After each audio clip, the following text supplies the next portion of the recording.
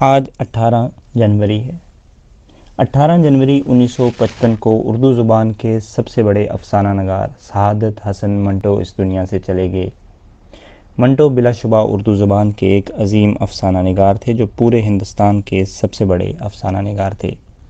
بقول منٹو پہلے میں پورے ہندوستان کا افسانہ نگار تھا اور اب میں آدھے ہندوستان یعنی پاکستان کا افسانہ نگار ہوں۔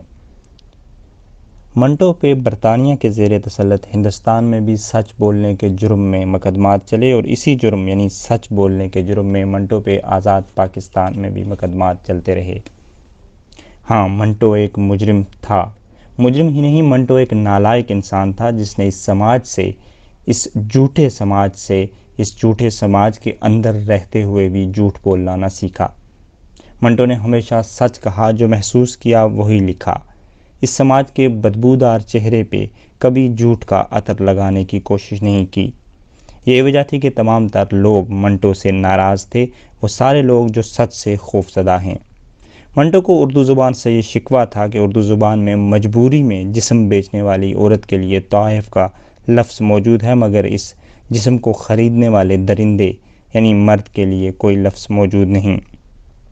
اگر آپ نے منٹو کے خطوط پڑھے ہوں تو آپ کو معلوم ہوگا کہ چچا سام کے نام خط میں منٹو لکھتے ہیں کہ امریکہ بہادر کے لیے اشتراکیت کو شکست دینے کا صرف ایک ہی راستہ ہے کہ وہ نام نہاد اسلام پسندوں یعنی اسلام کے نام نہاد ٹھیکیداروں کو پیسے دے کے اسلام کو استعمال کر کے مسلمانوں کو اشتراکیت کے خلاف استعمال کریں۔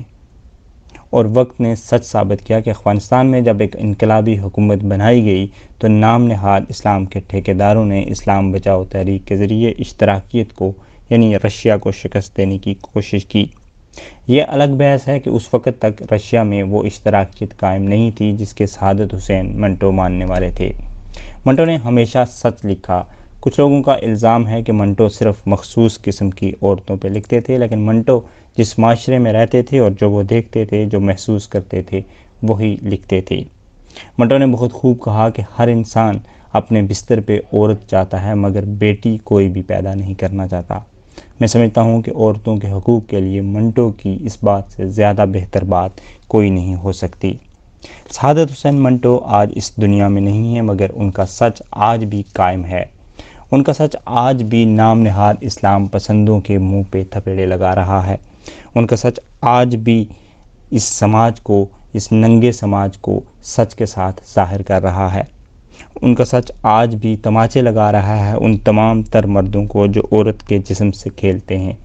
ان کا سچ آج بھی اس آزادی کی صحیح تشریح کر رہا ہے کہ جب تک جنتا بھوکی ہے یہ آزادی جھوٹی ہے، جب تک جنتا بھوکی ہے یہ آزادی جھوٹی ہے۔